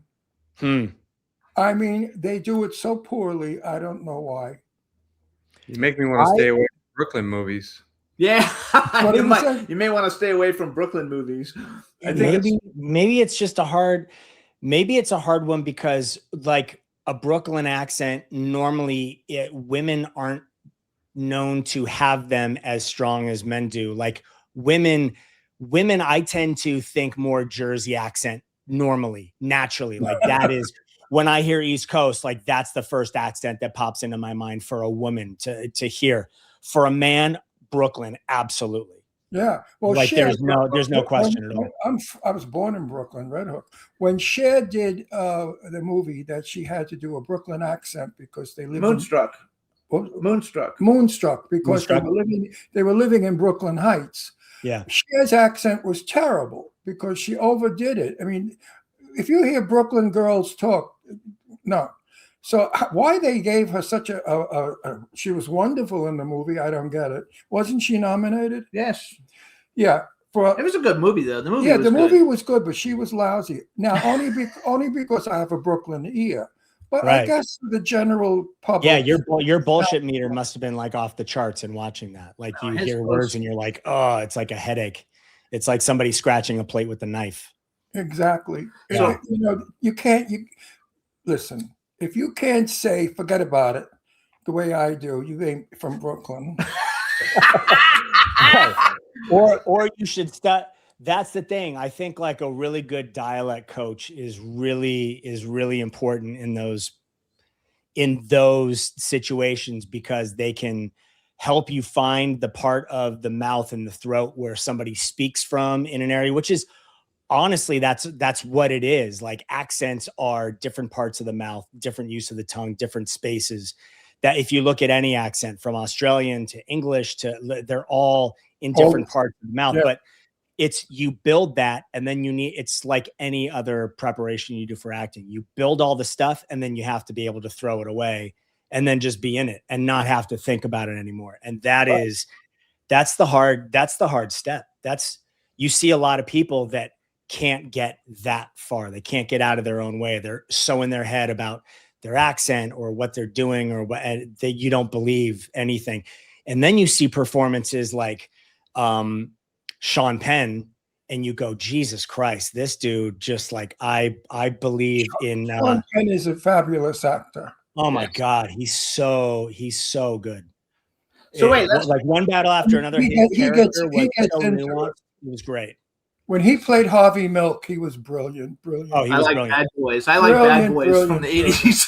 No, Harvey Milk was his work. All right, so wait, let's go to Nick for a second. So Nick, Okay. I want to talk more about Golden, but number one, Golden is your second film with Brian. How did you hook up, and how did you decide, hey, I want to work Jimmy, with don't Brian? shout, please. I tried to cast Brian when he was still on 90210, and it took this long to get him for these jobs.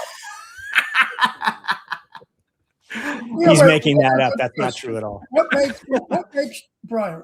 No, Nick. What makes you interested in doing it? Yeah, I have a film. How do I get you to do it? How do I interest you to do my film? What is it I have to do? In general, he wants to know. Hey, what is it I have to do? You need to start with the script, right? So first, it needs to be a good story. You know, if Brian read the script and it wasn't any good, he's going to say no matter what. I don't care how close we are as friends now. You know, it's got to start with a great story first, and then you know, you go from there. And some funding too. Now, I wrote a script for a movie, and I didn't put any direction in it because I was told that I shouldn't. And I gave the script to Renee Taylor. Renee loved the script. She said, "But Ron, where's the direction?" I said, "I didn't put any in because I leave that up to the director." Do you agree with that? Or would you prefer direction? Yes and no. I mean, there's a script that I'm currently working on with another writer that has a lot of direction in it. I'm open to it. You know, it doesn't mean you want somebody else to direct you. a little bit, but I'm open to it. But it doesn't mean that I'm going to do it that way. That's a good answer. And Brian, what do you think about that? Is direction necessary in a script? Question. I think general direction. I think when you start giving performance direction, I think it's a misstep because you are not allowing people to be creative. Like I'm not a puppet when I walk out on set. Like I read a script, and then, you know, the writer, they were an artist in writing that script. Now I'm an artist in interpreting this script, in interpreting this character and this story and the way it goes. I'm completely open to collaborating. I'm always open to talk about everything, but I end up making really clear choices. So someone's got to convince me why their choice is better than mine for me to want to do it. Cause it's not it. I've been in this business for so long. Like I really have bust my ass in finding the things that are within my wheelhouse and what I know works and what doesn't. And so if somebody wants something outside of that I really don't understand or doesn't seem right to me, you need to convince me that it is. It's not that I'm hard to convince. If it's a great idea, then that's where we go. Like I said before, I don't care whose idea it was, who wrote it. Doesn't. I want the best stuff on film that could possibly be there. Well, And I think the really good directors, they work with the same cast over and over again, because they can trust them to do what they do, and then they can just visually make sure that the story is being told the right way with the camera. I.e., that's why you're in Golden. Yeah, but a lot of actors are lazy. I had an actor. Oh, for sure. I had an actor that read my script, and he said, "Where's the direction?" I said, "There is none. I'm not going to write." And he walked over to the sink. Use your mind. Oh. He said, Of course not. What if I get on a I'm set and all of a sudden the fucking sink is too far away? Right, you're right. He said, "Oh, I'm not good at that." I said, "Listen, when you jerk off, don't you make a whole scene? You make a movie, right?"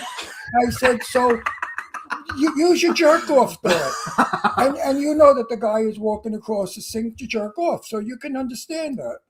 I feel like all of that. Ron, that's the worst fucking example I've ever heard. No, but it's true. The guy has no imagination. He read my script. Well, when you whack off, don't you make a fucking movie about she walked in, her pussy was beautiful, her tits flew all across the room. It's a question of what do you do when you're working on a script and you're developing? Like, are you just memorizing lines and then stage direction? That sucks. Or are you creating a character that can live and breathe in any fucking room? I got somebody with talent. You open the door and walk outside, and it's like, okay, instead of in the living room, I want this now to play in the driveway.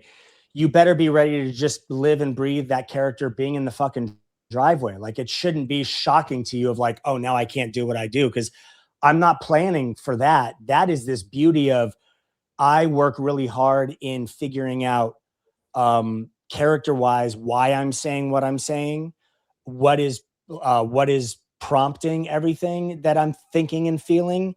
And I come up with as many different possibilities and choices as I can. Mm-hmm.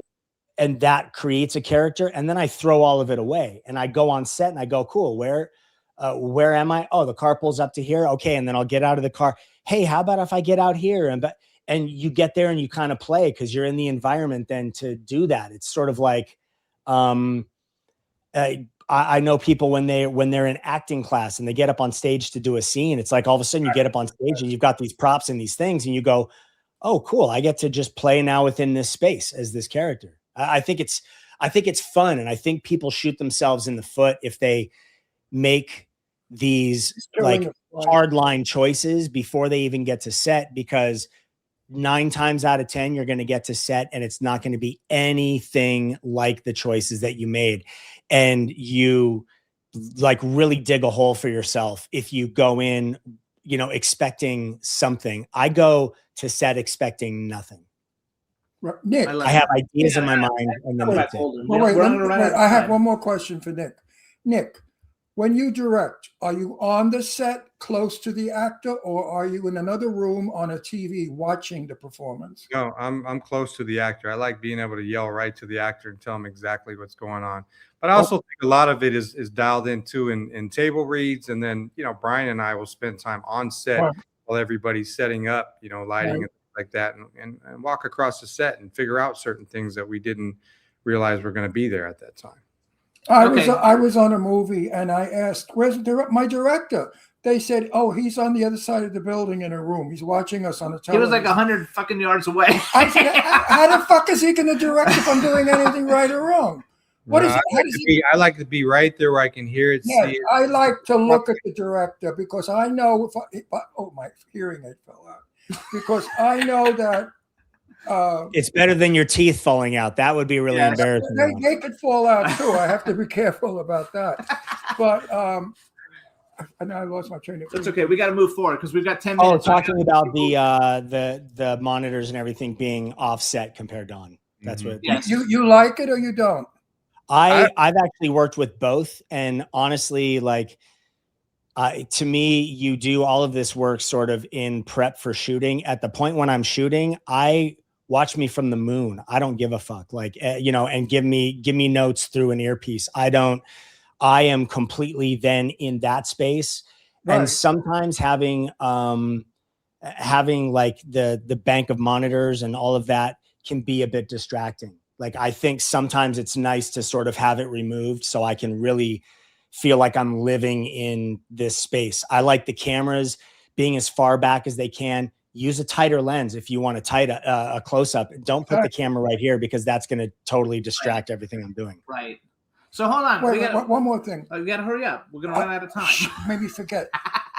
I was on a movie where my director said, "Ron, yes, give me more of that." And that turned me so on that I was able to bring that character out really good. And everybody, they applauded me after the shot was over. I said, "What the fuck are you clapping for?" They said, "That was fabulous." I said, "Only because my director gave me a hard on. He made me, whoa." You know what I mean? No, I don't. No, you never had. Directors don't give him hard-ons. No. I respect your process. That's a Brooklyn expression. You know, you're such a cool guy, you give me a hard on. It doesn't mean you're gay. It just means right. Anyway, I want to go back to Golden, you guys. So first of all, Golden comes out March 20th, right? Yes, it does. Wait, let's talk about Golden. No, I'm going to talk about it. What is it? We already started, but I want to go more. So here, you guys, I'm going to just read this synopsis real quick. Golden follows a struggling print shop worker who discovers he can create flawless counterfeit money only to be pulled into a dangerous cross-border criminal world he can't escape. Good story. I'm assuming, I know I saw the trailer. We're going to play the trailer for everybody. So I wrote down Brian Austin Green, Glenn Plummer, Robert Miano, who I actually just got, his wife gave me his phone number to have him come on the show, and Massey Furman's been on the show. Massey Furman's been on the show.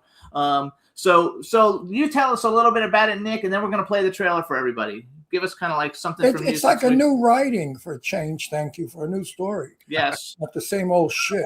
I think it's what Brian was talking about earlier. Somebody that hits the midpoint in their life and they feel like, have I really done anything with my life at this point? I've been working for my father's print shop my whole life, and I want to do something different. So he decides to print money and take it to Mexico and try to build a new life out there. And it gets caught up, with some club owners and a girl and a love interest. Sounds good. I'll watch it. Yeah. March 20th. So here's what we're going to do. One, get the trailer ready. Nick, how about you introduce the film, and then you guys hang on. We're going to play the trailer, and then after we play the trailer, it's a really quick trailer, and we'll be right back. But you introduce it to everybody. Check out this trailer, Golden, directed by me, starring Brian Austin Green.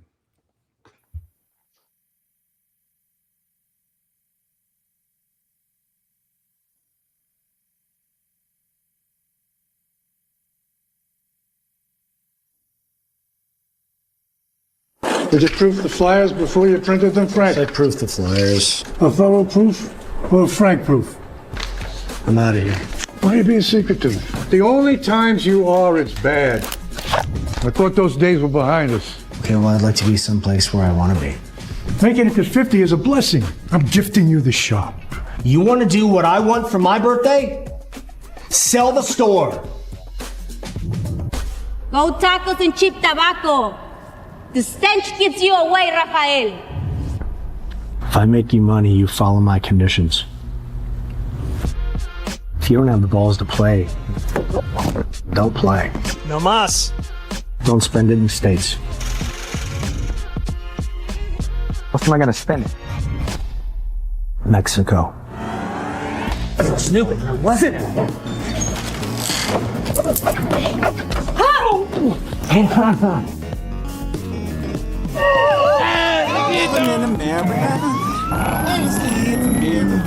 Okay. Lo siento. Lo siento. How's the best flyer designer in town doing? It's a pretty low bar.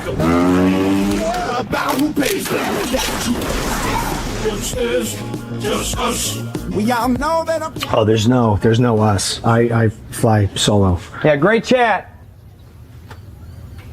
He's a tool. Justice. They're never gonna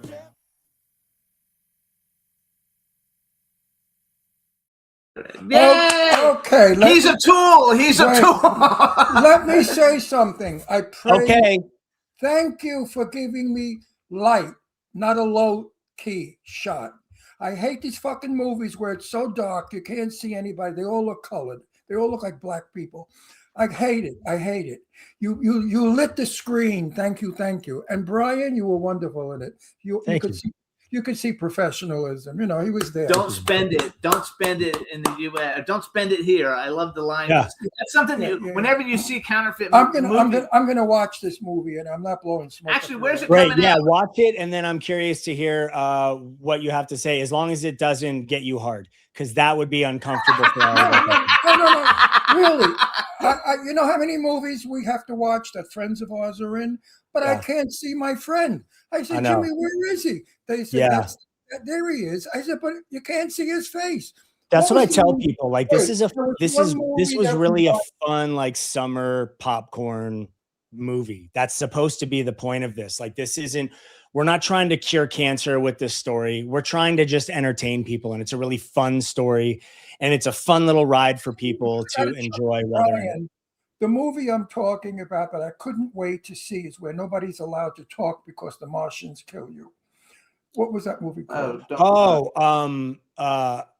That was the one that John Krasinski directed, yeah? Yeah. Yes, it was so fucking dark I couldn't tell who was who. Oh, he's talking about no, not the John Krasinski one, the third one, which was like the prequel, I think. Oh, okay. It was so dark you couldn't see anything. You couldn't see who people were. And the girl was a black girl. So the screen was so dark, all you saw was her teeth and her eyeballs.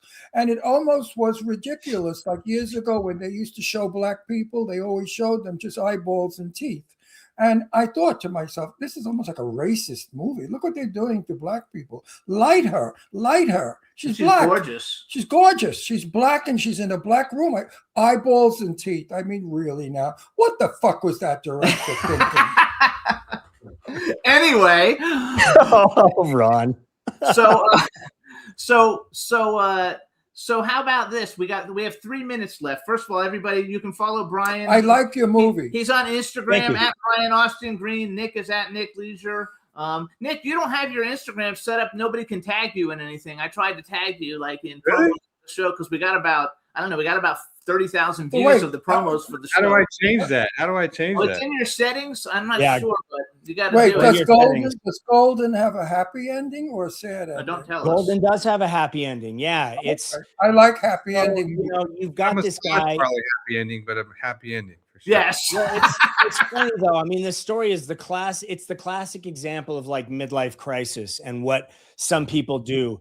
And this dude just is at this point in his life where he feels like the grass is so much greener on the other side. Yeah. And then by the time he gets to the end, he realizes, you know what? I like being right where I am. I'm happy with myself. Hang on. Here's because we got 2 minutes. Here's something I like to ask everybody. So Brian, this is for you. You've already worked with like everybody on the planet. Bucket list, male and female actor, living or dead, that if you could work with anybody living or dead, who would it be? And if you could have ever been in any movie that's ever been made, what would you like to have been in that you weren't already in? I would have been in Jaws. Oh, that's a good one. I thought the performances were and the direction, that movie was fucking phenomenal to me. That movie is seriously that's the ball. Jaws. You have a Jaws behind you. I do. Yeah, that is a model. Of the actual shark from the film, Bruce. I would work with Morgan Freeman. That's a good one. Morgan Freeman, great one. Me too. And I would work with what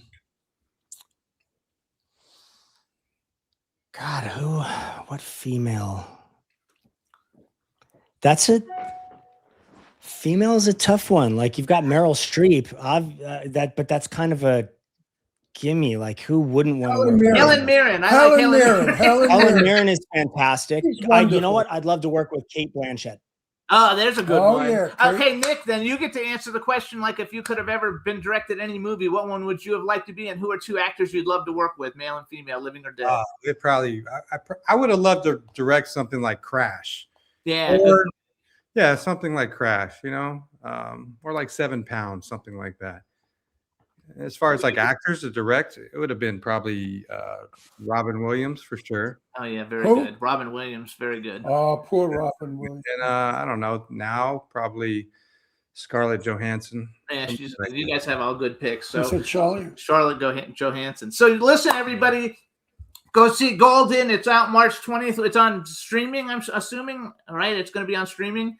So the name of the film is Golden, directed by Nick Leisure, starring Brian Austin Green. You guys, it's going to be a great film. We want to thank both of you guys for coming on And the show. folks, everybody out there, you know I tell the truth.